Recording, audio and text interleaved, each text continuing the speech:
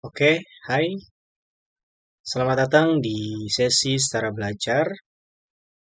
Aku Muhammad Minaj Firdaus, asal kelas aku dari Fundamental, asal sekolah aku di SMA Negeri 1 Sukaresmi, salah satu sekolah yang ada di Kabupaten Cianjur.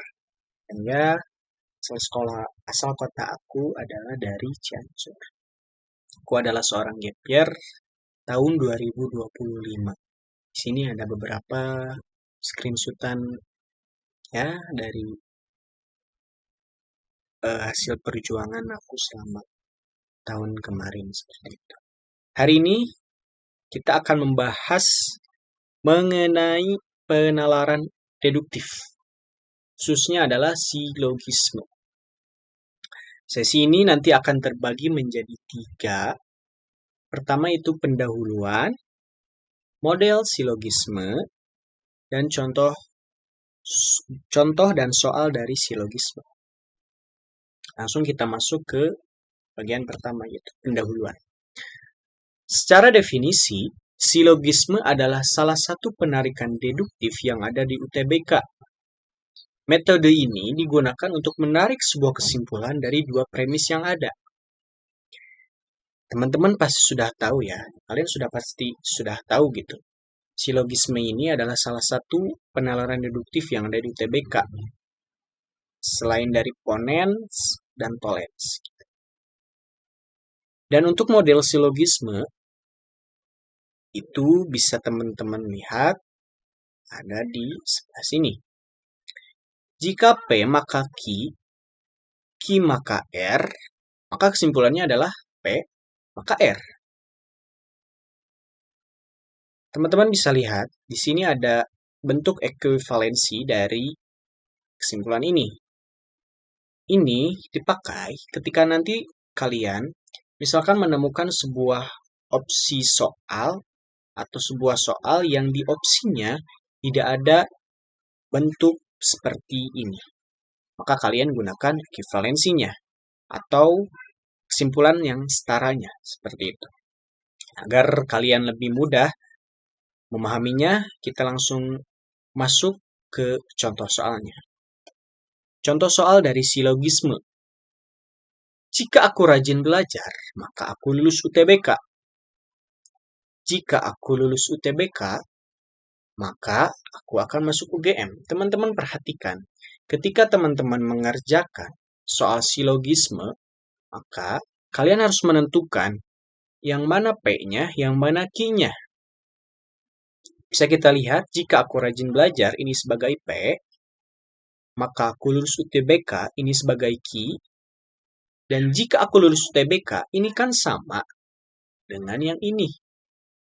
Maka ini sebagai Q juga. Maka aku masuk UGM dan ini sebagai R. Maka kesimpulannya bisa kita tarik dari model tadi.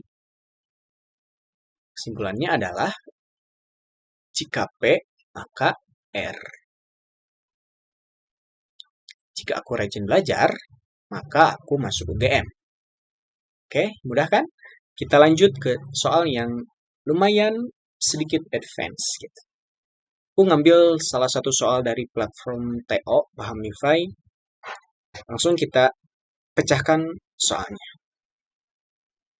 Pembangunan menara pemancar sinyal di daerah pelosok secara merata sangatlah penting dalam perkembangan informasi. Layaknya akar pohon yang menjalar ke segala arah untuk menyerap air, pembangunan menara pemancar sinyal secara merata diperlukan untuk meneruskan sinyal-sinyal. Nah, apabila teman-teman fokus, ini kan bisa menjadi sebagai P-nya ya.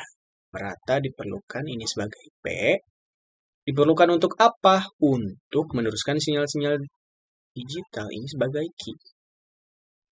Kita lanjut, apabila sinyal dapat diteruskan, ini sama kan dengan kalimat sebelumnya dengan yang ini, maka ini juga Q.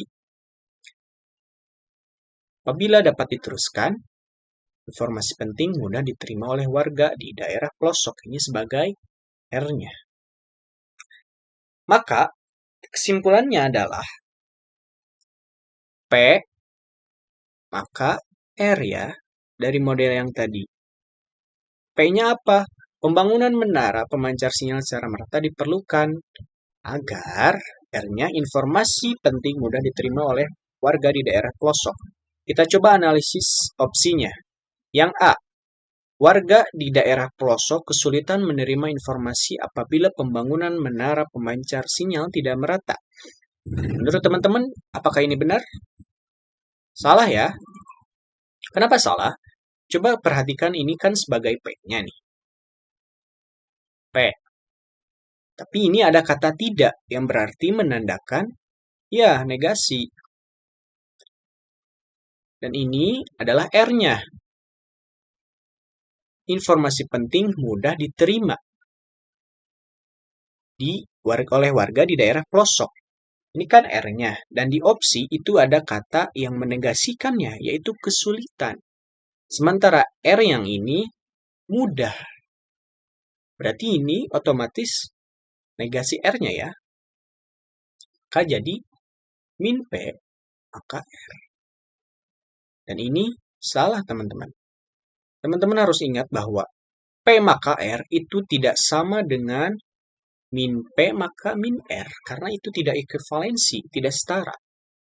Kita coba cari di opsi yang B. Jika warga di daerah pelosok kesulitan menerima informasi, berarti ini min R-nya ya. Maka pembangunan pemancar sinyal tidak merata, ini min P-nya. Jika kita tulis berarti seperti ini modelnya.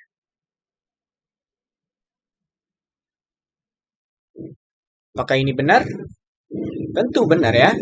Karena ini ekuivalensi dengan P maka R. Seperti yang sudah saya jelaskan tadi, jika teman-teman tidak menemukan kesimpulan P maka R, maka kalian pakai ekuivalensinya atau kesimpulan yang setaranya. Itu sah-sah saja. Berarti jawabannya yang B. Oke, gampang ya. Oke, di sini ada hal yang harus diperhatikan oleh kalian semuanya. Yang pertama yaitu ketika mengerjakan soal silogisme, fokus pada hubungan sebab akibat. Jadi, informasi selain hubungan sebab akibat itu kalian hiraukan saja. Atau jangan hiraukan.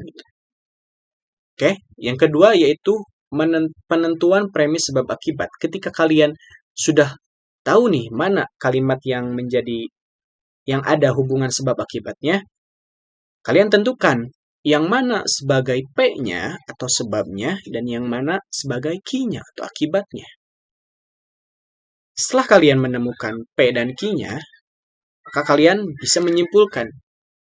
Dan lanjut ke yang nomor 3, gunakan ekuivalensi jika dibutuhkan. Teman-teman, jika kalian tidak menemukan model yang seperti yang sudah saya jelaskan tadi ini, maka teman-teman gunakan ekuivalensinya. Seperti soal yang ini, ekuivalensi. Jadi, seperti itu. Mudah kan? Oke, mungkin hanya segitu yang bisa aku sampaikan. Teman-teman jangan lupa berlatih mengenai soal ini karena soal ini bisa mudah dikerjakan apabila teman-teman sering mengerjakan latihan soal ataupun soal-soal dari tryout seperti itu. Oke, terima kasih. Semoga bermanfaat. Saya Miraj. Dan terima kasih.